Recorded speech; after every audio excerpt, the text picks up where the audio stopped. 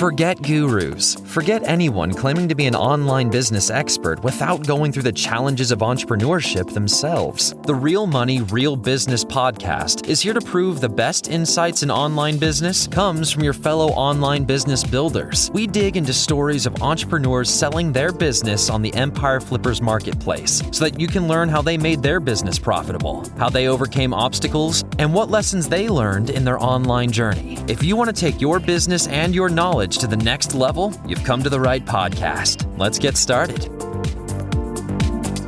Hey everyone, Lauren here with another great business to discuss on this episode of the Real Money, Real Business podcast. Today's guest is Jake, and he's selling a subscription business on the Empire Flippers marketplace. Welcome to the show, Jake. How are you doing today? Hey, I'm doing good, Lauren. Thank you so much. Great. I'm really looking forward to learning more about your business. But before we dive in, I'm going to go over a brief summary of the business.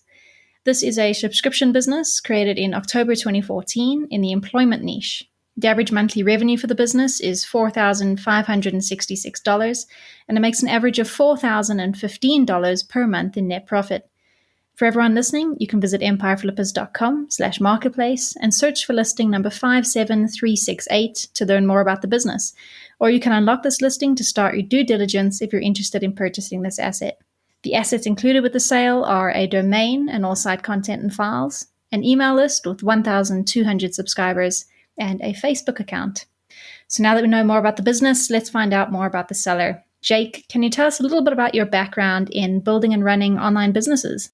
Sure. So my background is mainly in Amazon FBA businesses, and I have built them up and sold them in the past, and I wanted to change the business model a little bit and go with a non-inventory business, and that is what I did with this one.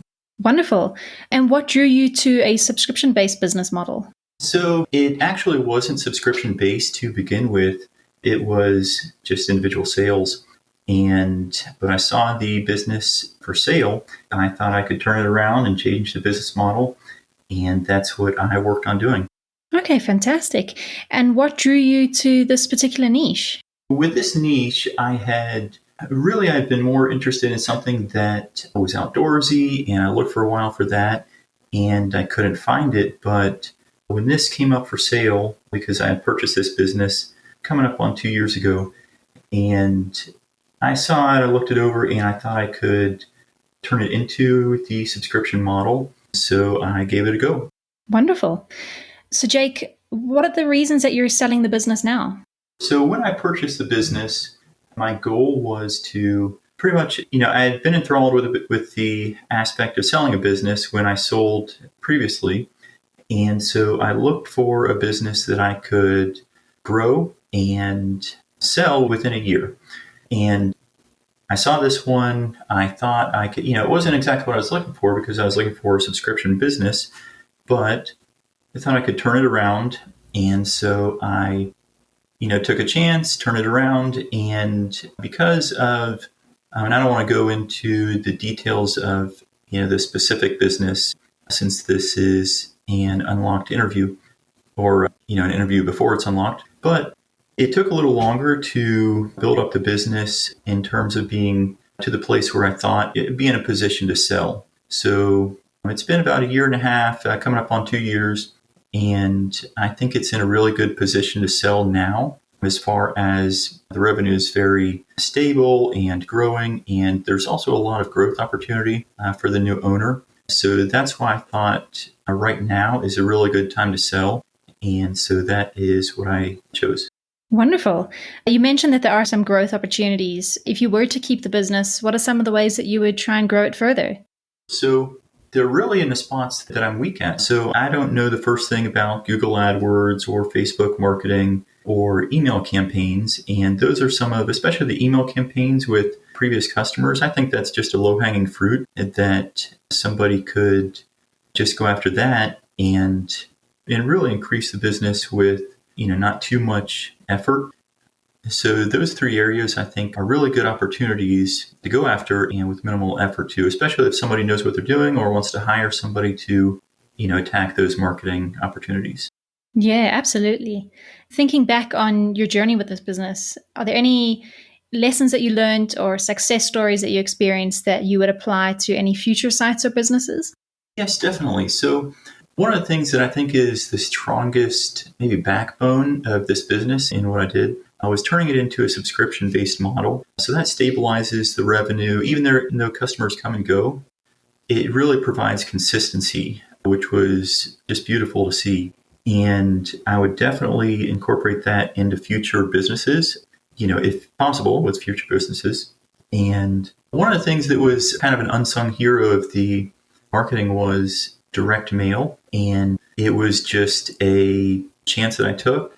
I gathered a lot of addresses of potential customers and sent out postcards. And that's been the main driver of new customers since I've tried it. So the designer and I, made a design for a postcard, sent it out, and did it a few times. And it's been pretty impressive in how it's worked. Fantastic. And so where does the majority of the traffic come to your site from? So the majority of the traffic would be from, and this is probably unique, it's just direct from the customers, the postcards that are sent out, and also without naming the websites.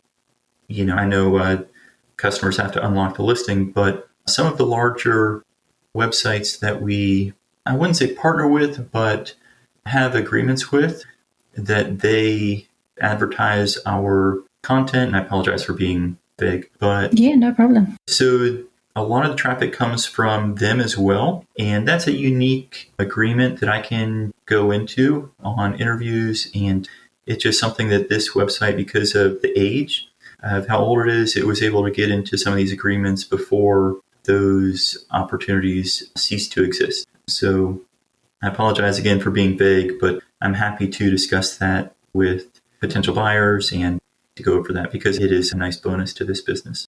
Yeah, it certainly sounds like it. So Jake, can you walk me through your role in the business? It sounds like you're quite hands-on with all the different aspects. How many hours per week do you work on the business and what sort of tasks take up your time? In regards to your comment about being hands-on, it's kind of funny. So I pretty much set up the business to run itself. And even though I do all of the tasks associated with it, apart from, any troubleshooting or development work, I have a web designer that does any technical aspects of it. But pretty much I just handle any customer requests or just send them over to the developer. And if it's something technical, he can handle it. But other than that, the website pretty much runs itself. There's the customers sign up on their own. They post their content on their own. And as I was mentioning before, there's a feed that connects to the partner websites or the websites we have agreements with that automates all on its own. So at max, I spend just a couple hours weekly on the business. And I could do more, and learn how to do more of this marketing and, the emails, Google AdWords and all that. But currently that's where it stands at just a couple hours a week and sending any question, any technical aspects to the developer and handling pretty much just the emails myself. And in regards to those emails, it might be 2 to 4 emails a week, and that's pushing it. Fantastic. It sounds very well streamlined. You mentioned that the business basically runs itself. What sort of skills or requirements would the new buyer need in order to run the business successfully? That's a good question. So in regards to skills, I don't have any website building skills. I don't have any, coding skills.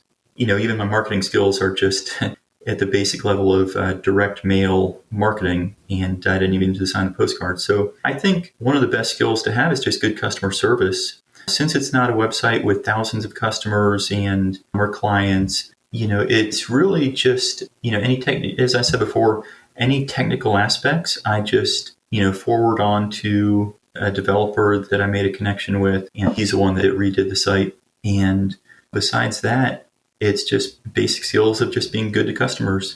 Fantastic. Yeah, I think that's definitely a strong selling point. How much support are you willing to offer the buyer of the business to help ease the transition? I'm happy to help with anything. I know the standard, I believe, is about 30 days, but, I'm not going to cut off a buyer at 30 days, of course. I'm happy to walk them through or connect them with the site developer and he can go over technical skills or make videos for them. My main goal is just to have somebody comfortable with the business, make sure they're comfortable running it. And if they want a connection doing technical aspects, the developer is more than happy to go over those aspects with them. And, the main thing I want is for the new buyer to have success with the business. Wonderful. I think buyers will be very relieved to hear that. During the actual sale of the business, would you be open to negotiating something like an earnout? So I've done earnouts before, and of course, nobody likes an earnout, but as long as it were something reasonable, I would entertain it. Just nothing crazy. So as long as it's reasonable, I would. Yeah, fair enough.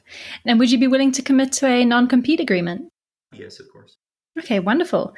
Well, the last question of the interview, and the one that I think buyers will be listening in most keenly to, is if you had to put yourself into the shoes of a buyer, why do you think your business is a business worth buying? That's a really good question. So, two key qualities of this business that buyers would like and that would be beneficial to them are, first, that it has a real stable growth, especially over the past year and a half of what we've seen. And I don't want to be too vague, but I don't want to be too specific. Again, I know you have to unlock the website to see details, but this business has to do with the job market. And there's been so much turmoil I don't want to be too long on this question, but I'll give a little bit more details and history here. So the website has to do with the job market. And when I purchased it in March 2020, which was an interesting time to purchase it, the job market was in just a lot of turmoil, of course.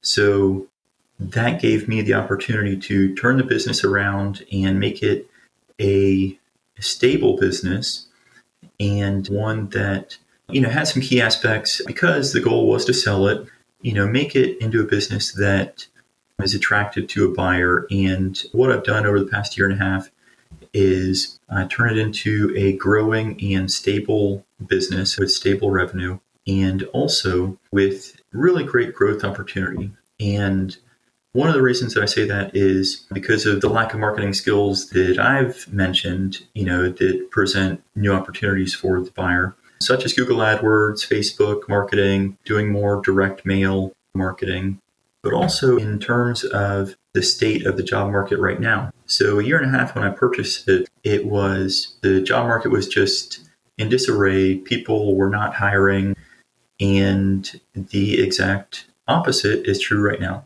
So people can't find good workers all over the country, and this business is, even though it does have a presence in the US and Canada, it's mainly a US-based business. So that's where the majority of the customers are. So those are things that I believe present it as a really unique opportunity and a great opportunity for the right person right now. And I think that right person would be somebody that wants a stable and growing business, and also wants to go after those opportunities, Facebook marketing, email marketing, Google, and even more postcards. So that's why I think it's a really good purchase right now. And that's why I chose to put it on the market right now instead of capitalizing on those opportunities myself and then not presenting, the business, let's say I were to sell it in a year, 2 years, and I'd already, tried to capitalize on those easy growth strategies. Well, I just don't think that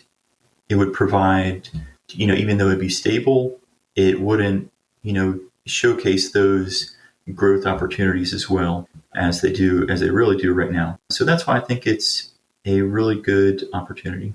Yeah, very well said. And I think you've definitely highlighted some really great potential that the business has. And I think buyers are definitely going to be interested in that. Before we wrap up the interview, is there anything else that you'd like to share with our listeners that I might have missed?